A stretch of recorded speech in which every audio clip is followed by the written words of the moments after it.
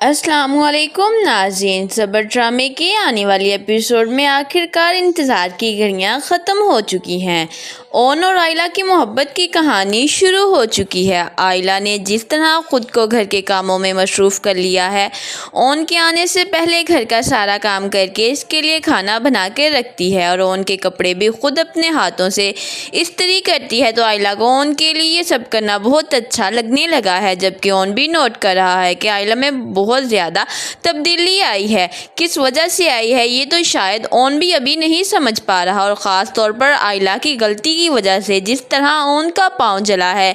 लेकिन उसके बावजूद भी ओन ने ना आयला से कोई शिकायत की ना उसे डांटा। तो आयला के दिल में ओन के लिए मोहब्बत की पहली आखिरकार छोटी सी कुंबल फूट पड़ती है, जो आगे चल के तनावत रक्त बनने वाली है। आयला ओन का भरपूर ख्याल रखती है, इसकी मरहम पट्टी से लेकर इसकी दवाइयों का ख्याल, और ओन को सहारा देकर वाशरूम तक ले जाती है। ये सब आहिस्ता आहिस्ता ओन और आयला को एक दूसरे के मज़ीद करीब ला रहा है।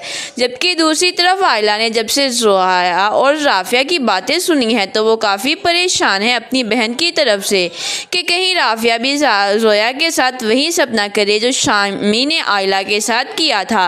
लेकिन जोया समझदारी से अपनी बहन आयला को समझाती है कि हर इंसान एक जैसा नहीं होता। राफिया बहुत मुख्तलिफ, और मैंने राफिया की खूबियाँ देखकर ही उसके साथ ज़िंदगी गुजारने का फ़ैसला किया है।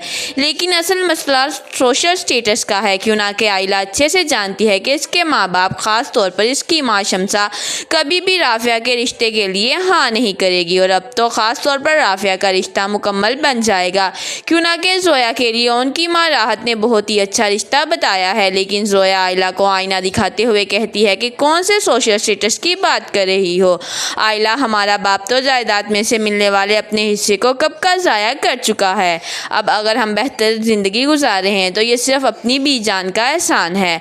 अगर आज बीजान अपना हाथ हमसे उठा लें तो यकीन करो हमारा स्टेटस राफिया से भी नीचे गिर जाएगा। और वैसे भी सोशल स्टेटस खुशियों की ज़मानत नहीं होते, वरना शामी हमसे सोशल स्टेटस में बेहतर है, लेकिन उसने तुम्हारे साथ क्या सलूक किया। खैर, जोया की ये बातें सुन के आयला भी सोचने पर मजबूर हो जाती है कि वाकई राफिया एक अच्छा इंसान है, वरना आयला ने राफिया के फ्लैट में जाके जो कुछ कहा था, राफिया ने राग दिली के साथ ना सिर्फ वो सब इग्नोर किया बल्कि आयला और उनका भरपूर साथ भी दिया। खैर, अब जोया जाने लगती है तो आयला इसे कहती है कि ओन तुम्हारा वेट कर रहा था, इससे मिल के जाना। तो जोया फ़ौरन अपनी बहन को समझाती है कि ओन भाई जब तुम्हारे शोहर हैं उनका नाम ज़रा तमीज़ से लिया करो। और पहली बार आयला जोया की किसी बात से इख्तलाफ किए बगैर फ़ौरन उस पर रद्द अमल शुरू कर देती है। उनकी मेडिसिन का वक्त होता है, लेकिन ओन मेडिसिन लेने से साफ इनकार कर देता है। तो जोया खफगी से कहती है कि क्या मसला है आपका। ओन आखिरकार इस वक्त हंसी निकल जाती है ओन की, जिस पर आखिरकार आयला हैरान होती है कि मैंने कोई लतीफ़ा सुनाया है। तो ओन कहता है कि वर्ड आप मेरे लिए तो मेरी ज़िंदगी का सबसे बड़ा लतीफ़ा है। तो आयला तंजिया कहती है कि साफ साफ बोलो ना कि इज़्ज़त रास नहीं आ रही।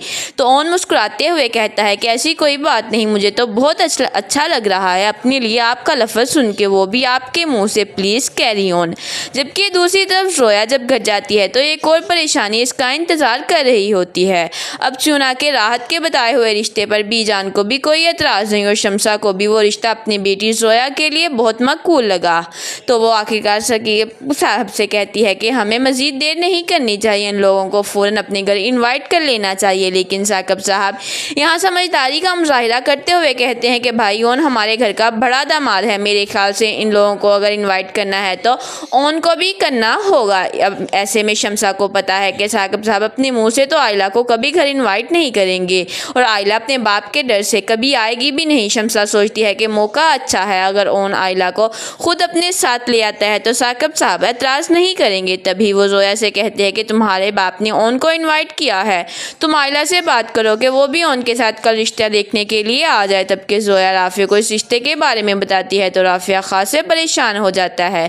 फिर इसके दिमाग में ये आइडिया आता है चुना के साकिब साहब उनकी बहुत عزت کرتے ہیں۔ اگر اون خود رافع کے رشتے کے بارے میں بات کرے تو ہو سکتا ہے ثاقب صاحب کو کوئی اعتراض نہیں ہوگا۔ تو زویا پریشان میں فوراً آئلہ کو کال کرتی ہے، اسے کہتی ہے کہ پلیز اون بھائی سے میری اور رافع کی شادی بات کرو نا، وہی ایک ہیں جو صرف سمجھ سکتے ہیں اور اس سلسلے میں میری ہیلپ کر سکتے ہیں۔ آئلہ کمرے سے باہر نکل آتی ہے تاکہ اون زویا اور آئلہ کی باتیں نہ سن سکے اور زویا سے کہتی ہے مجھے یہ مناسب نہیں لگ رہا۔ زویا کہتی ہے کہ مجھے یہ مناسب نہیں لگ رہا، تم جانتی ہو نا کہ امی کا رویہ ان کے ساتھ کیسا ہے اور ان کو کوئی کچھ کہے، اب یہ بات میں بالکل بھی برداشت نہیں کروں گی۔ تبھی یہاں پر اون جو پیچھے کھڑا سن رہا ہوتا ہے کہ آخرکار اب کوئی بھی مجھے کچھ کہے گا تو آئلہ کو اس سے اچھا خاصا فرق پڑے گا۔